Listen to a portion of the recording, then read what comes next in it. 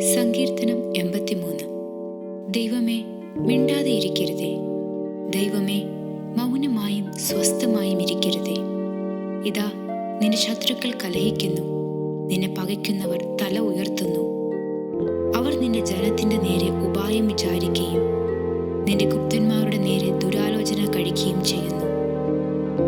വരുവിൻ, ഇസ്രായേൽ ഒരു ജാതിയായിരിക്കാതെ വണ്ണം നാം അവരെ മുടിച്ചു കളക.